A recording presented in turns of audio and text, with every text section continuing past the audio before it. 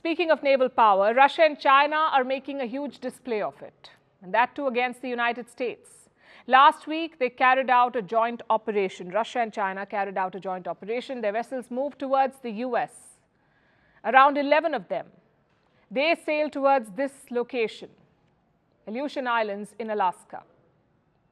Now, Alaska is a strategically important American state. It doesn't border mainland US. At the same time, it has a maritime border with Russia. So Alaska is vulnerable, which is why last week's operation was so daring. Experts say it is unprecedented. Such a large flotilla has never sailed towards the United States. They're calling it provocative and aggressive.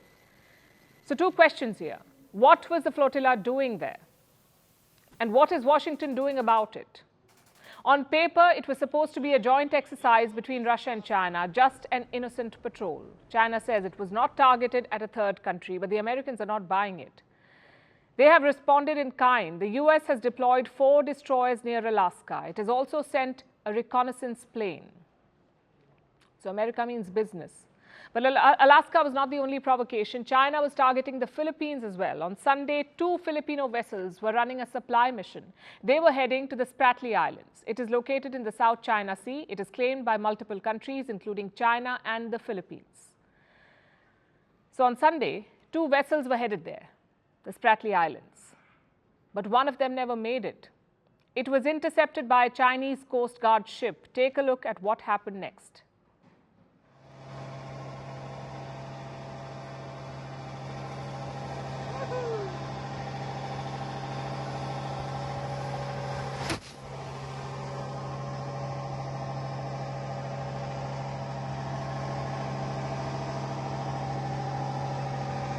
Speed sir, 0.7 knots sir. Starboard back 1. Starboard back 1.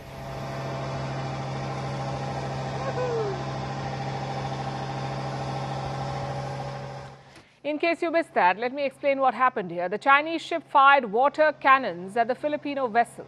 Now, this is not normal practice. It is considered to be aggressive and confrontational. And what did the Philippines do? The ship could not complete its supply mission. Also, Manila summoned the Chinese envoy. It condemned China's actions as excessive and offensive. Listen to this.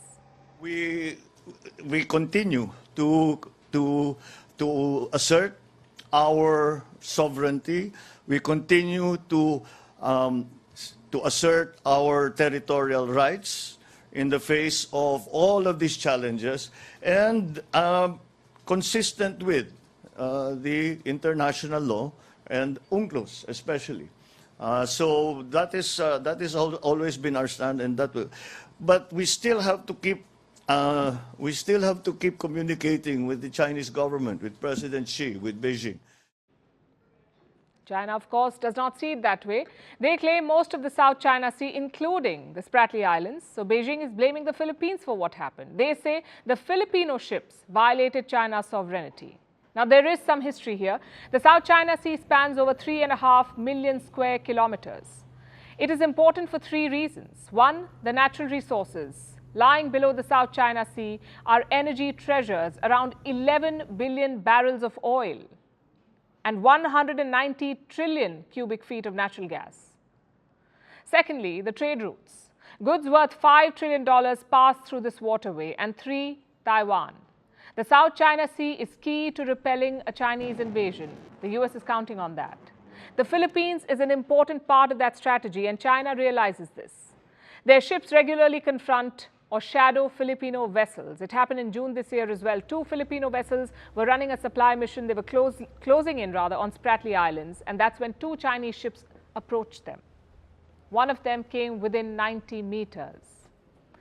Another incident was in April. A Chinese coastguard ship cut across a Filipino vessel. The 2 almost collided. But this water cannon incident ranks higher on aggression. The last time China used this strategy was in the year 2021. So what is the game plan here? What is Beijing trying to do? Well, the Philippines got a new president last year, Ferdinand Marcos Jr. During his campaign, he promised to strike a balance between China and the US.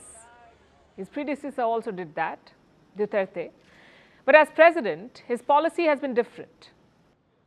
In April, Marcos signed a new agreement with the US. Until then, Washington had access to 5 bases in the Philippines, 5 military bases in the Philippines. Now they have access to 9 bases, so 4 extra military bases. Marcos won the presidency by running a populist/nationalist campaign. And what do populists love? An enemy out to grab their territory. That's China for the Philippines. Marcos has repeatedly promised to protect his country's sovereignty. It's the kind of rhetoric that helps him. Having said that, Marcos cannot afford a full divorce. And why is that? Because of bilateral trade. China-Philippines trade is more than $80 billion, 80 billion. Beijing is Manila's largest trading partner, but maybe not for long. The US and its allies are looking to offer alternatives. Last month, European Union chief Ursula von der Leyen visited Manila. She was the first EU chief ever to visit the country. Both sides agreed to restart free trade talks. They also discussed diversification of supply chains. All of this was aimed at China, and days later, their ships confront Filipino vessels. Coincidence? I don't think so. Countries in Southeast Asia have an unhappy marriage with China. They hate China's territorial claims, but they love China's trade. So the West is trying to offer alternatives to sway Southeast Asian countries away from Beijing. Trade and investment is just one part of that strategy. Mutual defense is the other. The US State Department released a warning after Sunday's incident. Listen to what they said. We reaffirm that an armed attack on Philippine public vessels, aircraft, and armed forces would invoke U.S. mutual defense commitments under the 1951 U.S.-Philippines Mutual Defense Treaty. What does that mean? Will the U.S. protect Manila from a Chinese invasion? Will it offer weapon support? Or will Washington deploy troops and carriers? The treaty does not mention any of that. It is ambiguous, maybe by design. China has repeatedly tested this ambiguity by harassing Filipino vessels. So far, the U.S. response has been limited. Strong criticism, but no military response. Not like the one that we saw in Alaska. Such incidents have become the new normal in the Pacific. America flexed its muscles when Alaska was involved. But will it do so for allies in the region? That is what China is probing for.